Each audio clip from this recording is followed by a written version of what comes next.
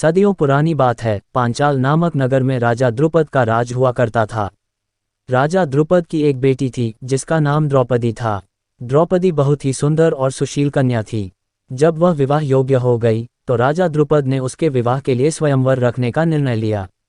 इस दौरान पांडव मुनि का भेष धारण करके पांचाल से कुछ कोस दूर एक गांव में रह रहे थे। जब उन तक द्रौपदी के स्वयंवर की सूचना पहुंची तो वेदव्यास के आदेश पर उन्होंने पांचाल जाकर स्वयंवर में भाग लेने का निर्णय लिया। पांचाल जाते समय उन्हें रास्ते में धौम्य नामक एक ब्राह्मण मिला, जिसके साथ वो ब्राह्मण का भेष धारण करके स्वयंवर में पहुंचे। स्वयंवर में दूर दूर से बड़े बड़े राजा महाराजा और राजकुमार पधारे हुए थे। वहां पहुंचकर पांडवों ने ब्राह्मणों के बीच अपना स्थान ग्रहण कर लिया। उस सभा में श्री कृष्ण भी अपने बड़े भाई बलराम और गणमान्य यदुवंशियों के साथ बैठे हुए थे। सभा की एक ओर सभी कौरव भी विराजमान थे। कुछ देर बाद सभा में राजा द्रुपद पधारे और उन्होंने स्वयंवर के लिए पधारे सभी मेहमानों का स्वागत किया। अब सबकी आंखें राजकुमारी द्रौपदी का इंतजार कर रही थीं। सब यही सोच रहे थे कि राजकुमारी उन्हीं को अपना पति चुनेगी।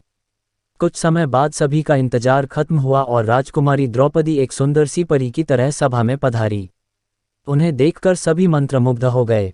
राजकुमारी ने सभा के बीच से गुजरते हुए अपने पिता के सिंहासन के समीप अपना स्थान ग्रहण कर लिया। इसके बाद सभी सभागणों को संबोधित करते हुए राजा द्रुपद ने कहा, मैं राजा द्रुपद इस स्वयंवर में आप सभी मेहमानों का स्वागत करता है। मैं इस बात से पूरी तरह परिचित हूं कि आप सभी यहाँ मेरी पुत्री द्रौपदी से विवाह करने आए हैं, लेकिन इस स्वयंवर की एक शर्त है। आप सभी को सभा के बीचों बीच एक स्तंभ पर गोल घूमती हुई नकली मछली लटकती दिख रही होगी। उस मछली के ठीक नीचे धरती पर एक तेल का पात्र रखा है जिसमें उस मछली का प्रतिबिंब दिख रहा है।